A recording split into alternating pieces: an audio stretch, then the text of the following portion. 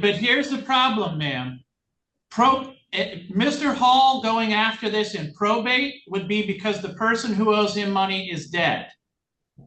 The person that owes him money, I'm talking to. It's you. Welcome to Rebel Chaser. My name is Gail, and this clip comes from Judge Daniel Norbeck at Michigan's 57th District Court. He's hearing a small claims case in which a man and woman, husband and wife, borrowed money from someone else. But the husband has now since died, and the wife says, I don't have to pay you back. I didn't borrow the money. I'll let you watch. All right. This is file 232157SC, Earl Hall versus Zephy Slivats. This is a small claims case, meaning you guys are asking for this to be decided here in front of me as opposed to having a jury trial. We're also in small claims, meaning you do not have attorneys.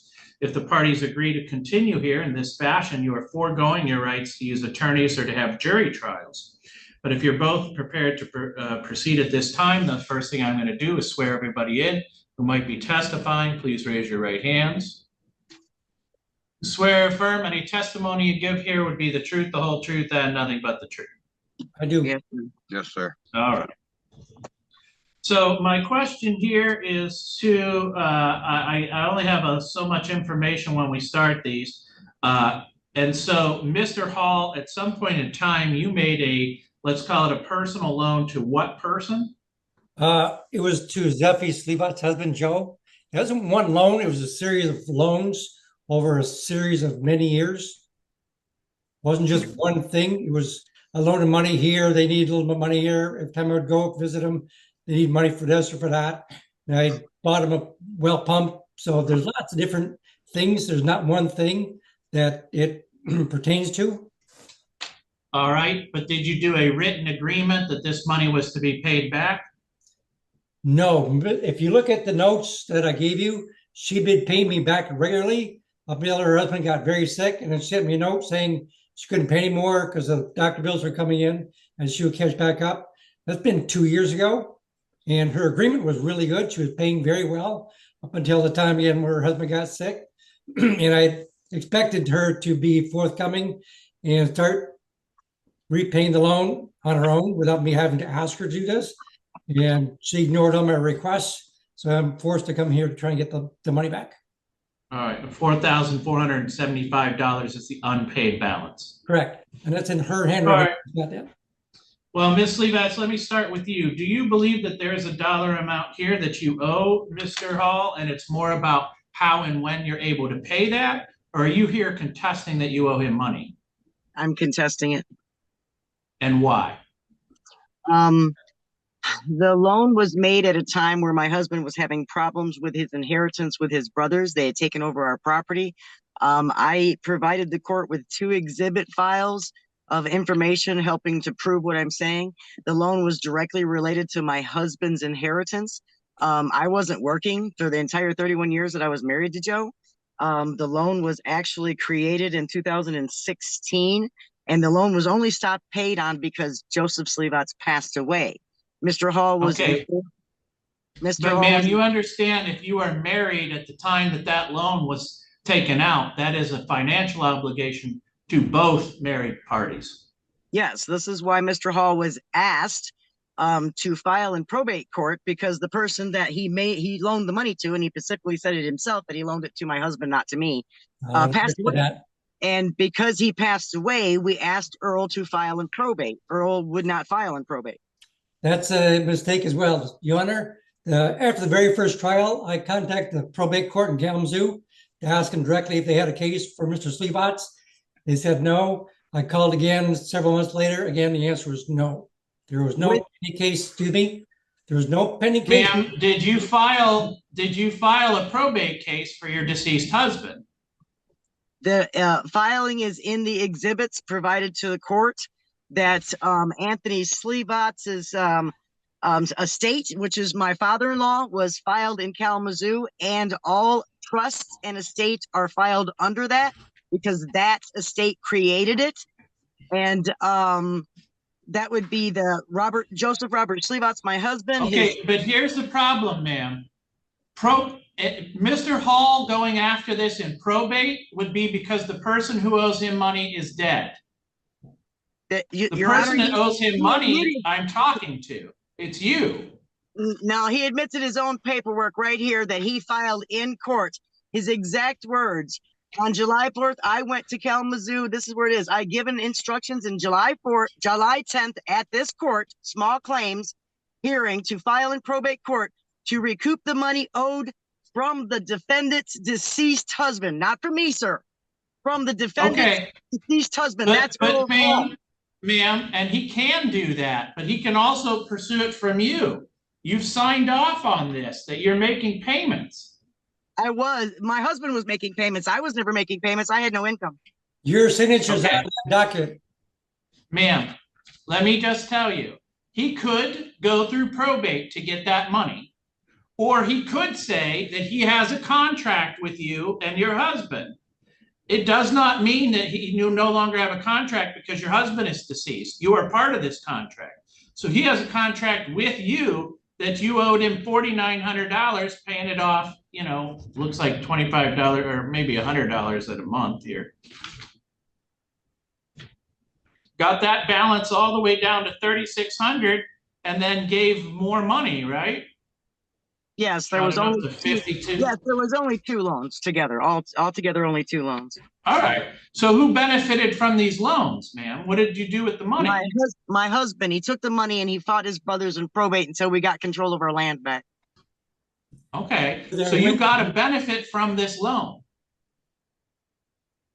I guess that's how you see it. I don't see how I benefited from it. Every bit of that money was given.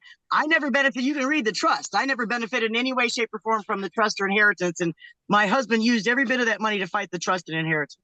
And I never benefited from any of it. Well, that's his choice. But this person loaned money to a married couple. They used the money for whatever purposes they chose to use that money for. And he expected it to be repaid. Repayment was started. One of the 2 people passed away, and now the other person is saying, I don't owe that money anymore. That's what I'm hearing. No, so I never I'll give you a chance to explain to me how that is not the case. I never owed it to start with. Everybody understood that. That was the case. And Mr. Hall had why did you sign this? There was supposed to say a CO in front of it. If you look up the paperwork for the trust where it has Joseph Robert Sleevat's name on it, it has name on it as October 7th of 2015. Why did you sign it? It was a naive mistake. You are Ziffy, right? It's when I first became power of attorney fiduciary and I didn't know what I was doing. And I made the mistake of signing it above my husband's name, and I made the mistake of signing it without the CO, which is on the trust paperwork. It's just a naive mistake because I didn't know what I was doing. I didn't have any money. I never made any payment to Mr. Earl Hall. Every one of those payments was done. When did Joseph pass away? The death certificate is right there in front of you in the exhibits. Joseph passed away 8/14/21. Okay, ma'am, I'm talking about this that you and Joe both signed, saying, we owe this money back. It's a loan. I know. I provided it as an exhibit. That's correct. With the actual balance, which is $4,375. Okay. There's a complete. But now you're trying to say you don't owe that money. I don't believe I do owe that money. My husband owed the money, and when my husband died, Mr. Hall had 730 days ample opportunity to file in probate for a rather large inheritance that was more than capable of paying the loan. I have given you exhibits of pictures of the trailer I live in which is almost condemnable. My car broke down today and I am in someone else's vehicle. Mr. Hall knew about the inheritance the entire time and is just refused to file in probate. Listen to me. You are right in that Mr. Hall could have used that route to get his money back, but he also is entitled to use the route he's using right here, in that you signed a contract to pay this money back with him, and now you have stopped paying money back. I never paid him to start with. My husband paid him and my husband died. That's why the payment stopped. Ma'am, marital debts are the debts of both parties. That's how marriage works, as far as the law is concerned. Well, that's why there's creditor companies actually went into probate and took care of it, and all other creditor companies, which would be the MasterCard and Care Credit, they just removed the bill entirely because of his deceased. So nobody Yes. else, literally And no Mr. one else. Hall, Mr. Hall could, if he wanted to, say, you know what? I don't need that Yeah, money this back. would be It's okay. But he Right. also has every right to say, I want the rest of my money back. He I'm just can't. trying to figure out if you have any other The inheritance legal leg had- to stand on other than you think he should have gone through probate. No, I don't think. I'm saying I know because the inheritance had it to give him, and I never made that agreement to pay him, and he knows that. And I Well- don't have a penny to my name. I can't even go to work today because my car is broke down on the side of the road. Ma'am, your inability to Somebody pay else's is not a vehicle. defense to whether or not you have to pay, right?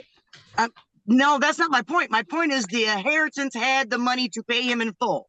And if he wanted to be paid in full, he would have filed in probate. Now, he also has a motive to ignore probate and go after me. And that was the state police complaint that was made on the second month in 2018 to the State Department, Sheriff's Department, State Police. I filed a complaint with my husband, and it made Mr. Hall very angry. And he informed us then that he would never go into probate and file in probate, and he would always come after me with that loan. That is his Okay. motive. Ma'am, not you may filing be probate, explaining not trying why to. he's choosing to do that, but you're not giving me a reason why he can't do that.